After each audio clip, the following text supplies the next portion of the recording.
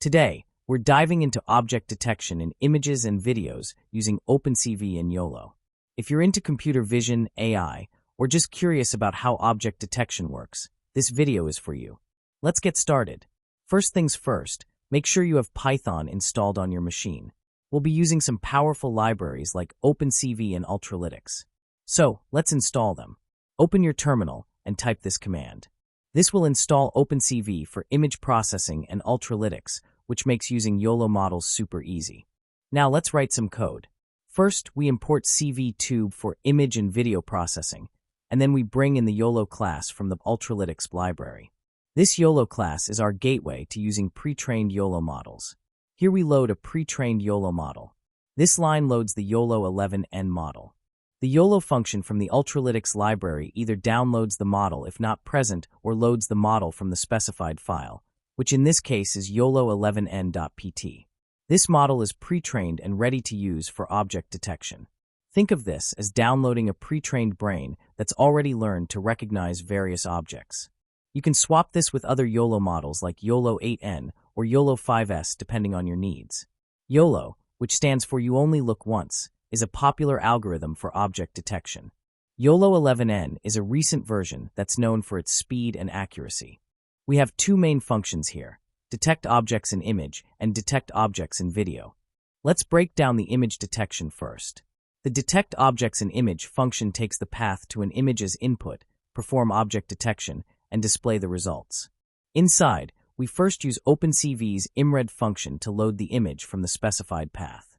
Then, we perform object detection. We pass the image to the YOLO model to perform object detection. It takes the image and runs it through the model, giving us the results, which are the detected objects, their locations, and their confidence scores. Now these results are a bit raw, so we need to process them. The XYXY attribute gives us the coordinates of the bounding boxes, CONF gives us the confidence scores, and CLS gives us the class labels. The bounding boxes tell us where the objects are in the image, the confidence scores tell us how sure the model is about its predictions, and the class labels tell us what the objects are, like person, car, dog, etc. We then iterate over the bounding boxes, confidence scores, and labels. We have a confidence threshold here.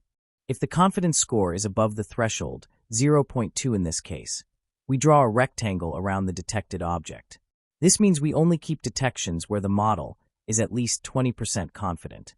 You can adjust this value as needed.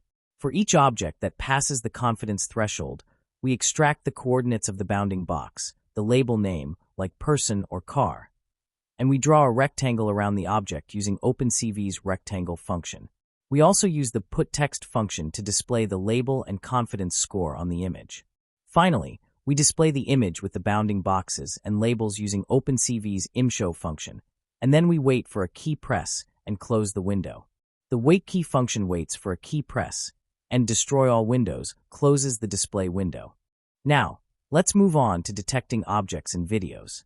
The detect objects in video function is very similar. The main difference is that instead of a single image, it takes a video path as input. We use OpenCV's video capture function to load the video from the specified path. Then, we loop through each frame of the video, performing object detection on each frame, just like we did with the image. The read function returns a Boolean, ret, indicating whether the frame was successfully read and the frame itself. The rest of the process, extracting the results, drawing bounding boxes, displaying the frame, is exactly the same. We pass each frame to the YOLO model to perform object detection. Just like with images, we extract the bounding boxes, confidence scores, and class labels from the results. We draw bounding boxes and labels on each frame, just like we did with images. We display each frame with the detected objects using OpenCV's imShow function. The waitKey function waits for 1 millisecond, and if the Q key is pressed, we break the loop. Finally, we release the video capture object and close the display window. Now let's put it all together. Here's how we can use these functions. We have some example image and video paths. Just replace livingroom.jpg, museum.jpg, and fair.mp4 with the actual paths to your image and video files. We call the functions to detect objects in these images and the video. So, when we run this code, we'll see windows popping up showing the images and the video with the detected objects highlighted. Pretty cool, right? As we can see, it detected several objects from the image of a living room like a couch, potted plants, books, etc. In the second image, it detected a car, person, handbag, etc. And finally, in the video, it is continuously detecting people moving around. And that's it. We load a pre-trained YOLO model, use it to detect objects in images and videos, and then display the results. We've built a system that can detect objects in images and videos using OpenCV and YOLO. This technology has countless applications, from security cameras to autonomous vehicles. Thank you for watching. If you enjoyed this tutorial, don't forget to like, share, and subscribe for more exciting content.